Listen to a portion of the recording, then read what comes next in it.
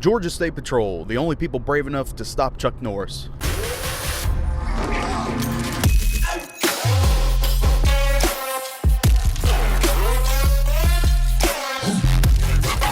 Hey guys, what is going on? I hope you are having a fantastic week so far. I'm really excited about Christmas, and I don't know how, but I have managed to land every holiday this holiday season off. I got Thanksgiving off, Christmas Eve, Christmas Day, and New Year's. And it sucks because our sister shift, who works the opposite night shifts that we do, obviously they have to work every one of those nights. So I feel really bad for them. I'm just kidding, I don't feel that bad. There were so many holidays that I missed as a new officer that it's so nice to know that, you know what, this year, take it off. And honestly, I'm still really not sure what to get my daughter for Christmas because, she's still really little, so, I really don't know. She loves Legos, so I think I'm just going to get her an ass ton of Legos. I just don't want to be one of those parents that's buying their kids a cell phone at 5 years old, you know what I mean? Every kid now, they could be 11 months old and you'll see their little thumbs scrolling down the screen. Maybe I'm just old-fashioned, but I really don't think that kids should be using cell phones, especially with all the perverts and everything else online right now. I really don't think it's a good idea, and I don't have a problem getting her a cell phone once she's driving, but until then, there's really no need for one.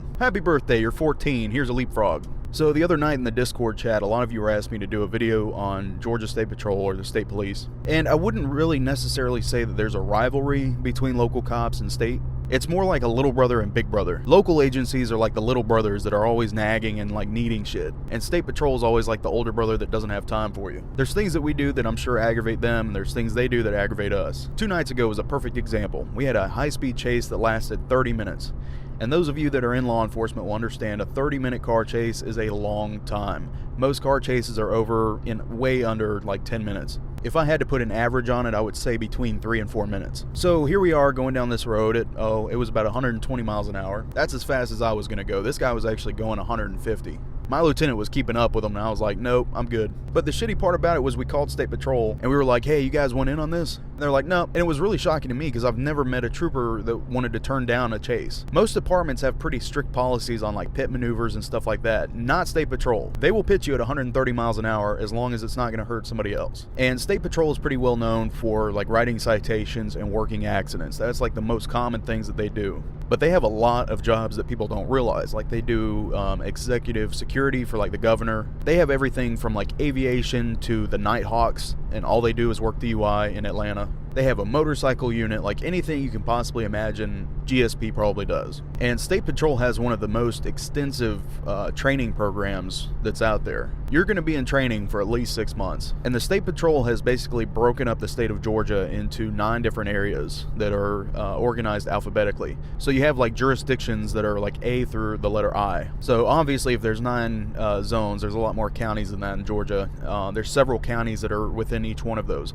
So every trooper that's on the road is responsible for 3 or 4 different counties. The cool thing about State Patrol is they are extremely well known for being very up to date with modern technology when it comes to policing. Georgia State Patrol was actually the first agency that incorporated dash cameras into their vehicles. They always have a ton of cool shit, man. Whenever they don't even write tickets anymore. They just print them out. They scan the license, they click what violation it is, they give you a court date, and then they print it out. And really the only time that we call State Patrol out is if there's a serious accident, or an accident with fatalities, or there's a vehicle pursuit going on. And a lot of the troopers will scan the different radio frequencies, so if they hear something major go on, a lot of times they'll just magically appear wherever we're at. If we have a shooting or something like that, you'll just see a trooper roll up. And it's always funny the reaction that you see from the other officers when a trooper shows up. When some shit's going down and a trooper shows up, it's kind of like being in high school and you're about to get into a fight, and then your big brother shows up. If there's one agency that you're probably not going to get away from in a chase, it's State Patrol.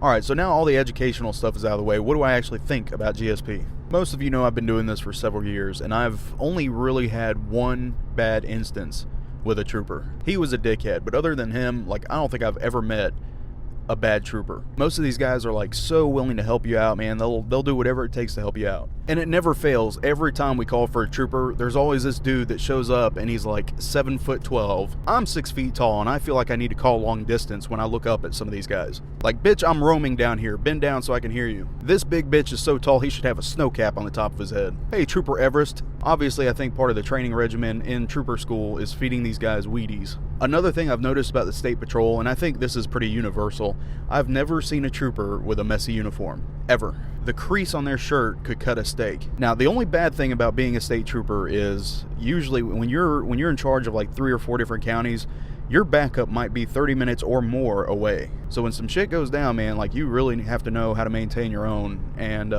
you need to be in pretty good shape. And I have to give it to my troopers, man. I mean, it takes a lot of guts knowing that your backup's so far away and that you're pretty much by yourself for the most part. So bottom line, troopers are really nice to have around. They tend to, like I said earlier, show up magically whenever you need them.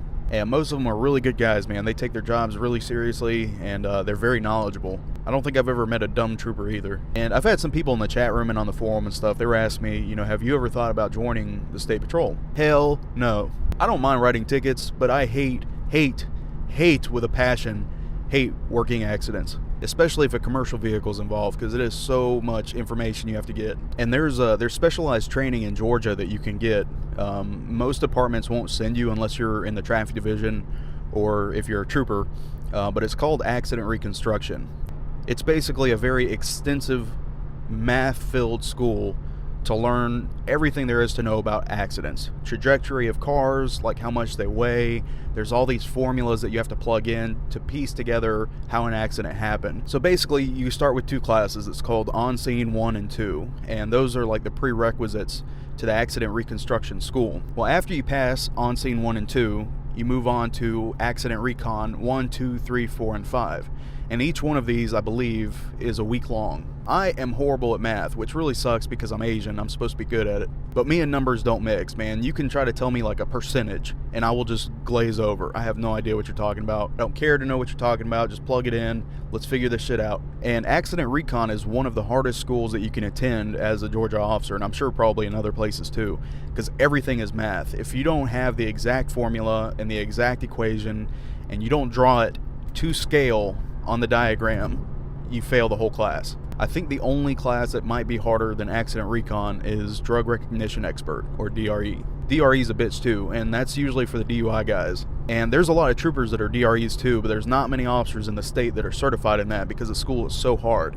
It has such a high failure rate that it's just ridiculous. Like out of 200 people, you might have 18 that actually pass the class. And basically a DRE, they can testify in court as an expert on drugs. No lie, I have had a DRE show up on my stop, and I knew the guy was under the influence of something, but I couldn't really figure out what. He looked at him for about 30 seconds, he walked back to me, and no hesitation, he said, yeah, he had 2 beers about 2 hours ago, and he popped a Xanax about an hour ago. Dude, how do you know he took Xanax? How, are you serious? So yeah, if you guys meet anybody that's accident reconstruction certified or a drug recognition expert, like they know their stuff, trust me. I've taken both the prerequisite classes to DRE, which is standardized field sobriety testing, and ARIDE.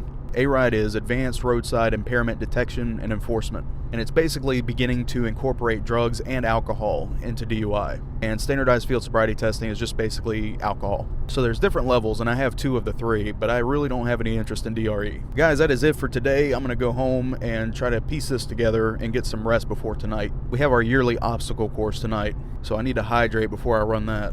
Guys, if you have any questions or ideas for videos, let me know in the comments section below, and I will try to get to you as soon as possible. Like I said, I'm going to be at work tonight, but until then, I'm going to try to be in the chat room and try to be active and stuff, so I can interact with you guys a little bit. Thank you for all the ongoing support, and I will see you guys soon.